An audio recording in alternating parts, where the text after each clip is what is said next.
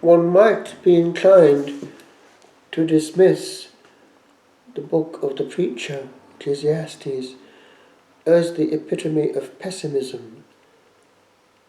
And yet, it is one of the most powerful books of Scripture. Why? It's authentic in its expression of felt pain and uncertainty. Man crying out in the dark, "What is the point? What are we here for?" He is not able to go any further than this conclusion that all we can do is make the most of it, the simple joys that are for a while within reach. But the optic is limited because at that point in history the hope is not clear. This is long before the resurrection. And so, this feeling of vanity comes in. Nothing new under the sun. One generation comes, another goes. Then shall the dust return to the earth as it was, and the spirit shall return unto God who gave it. Notice that God is in the equation, and God is the author, and He gave life. So there is a recognition of life in its authenticity as it is a borrowed gift which we have to return.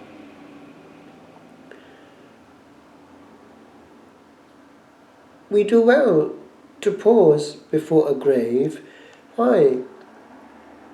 It speaks a lot in its silence.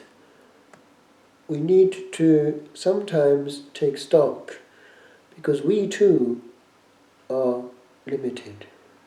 We may not think so, especially when we're young, but the limit is there.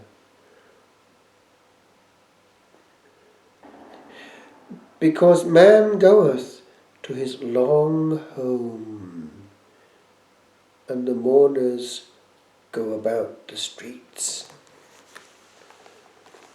Long home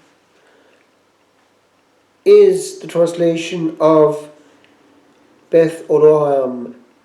Beth Olam is the house of eternity. In Hebrew, they repeat things if they want to make a point.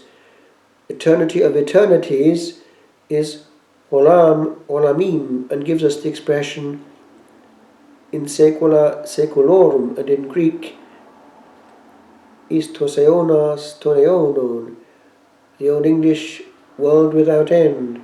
Now we say forever and ever. But the Hebrew is always simple and very concrete. The house of age, the house of long age, and the old translation here in the English, long home. It's very quaint, isn't it? A grave is a long home.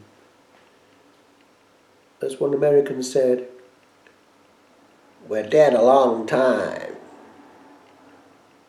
And so it's worth, rather like the Ecclesiastes, hanging on to a passing joy and also a passing grace. Why? Grace ignited and kept burning and alive is what also will spark a good eternity. And grace not there, alas, is what will make the difference. And this is the point. All hangs on the cross, and only by the cross is the soul of man saved. So the application of its merits is capital. All the rest, all the career, all the joy, all the pleasure can wait. This cannot and will not. And at the last breath, when there is no more pleasure, this is the crunch. What if my name is not written on the book of life? What then?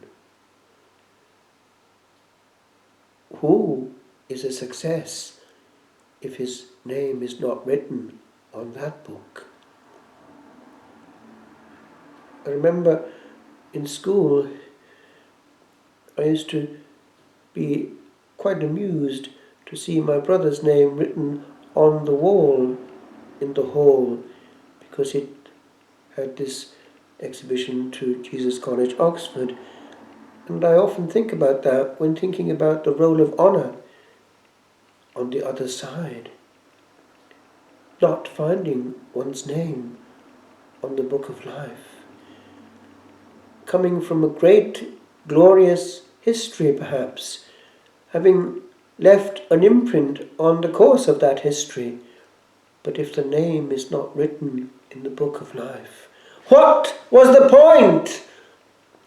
Eternity is a long home, and the journey ahead has no foreseeable end.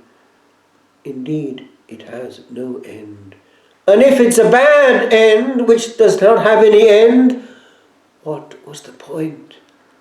What is glory if it is not glorious on the other side? And so I thought on this word this morning, and pondered and wrote and pondered. Man goes to his long home. A moment came when moments came no more.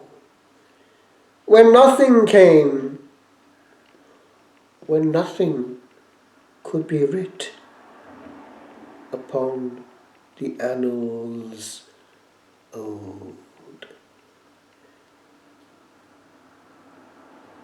Not as before did night fall on this land, or cover it with sleep of dreams unreal. But vision strong, as long as time's long yawn, was hugely seen upon a breath not drawn, and very long is evermore, where ours live having been.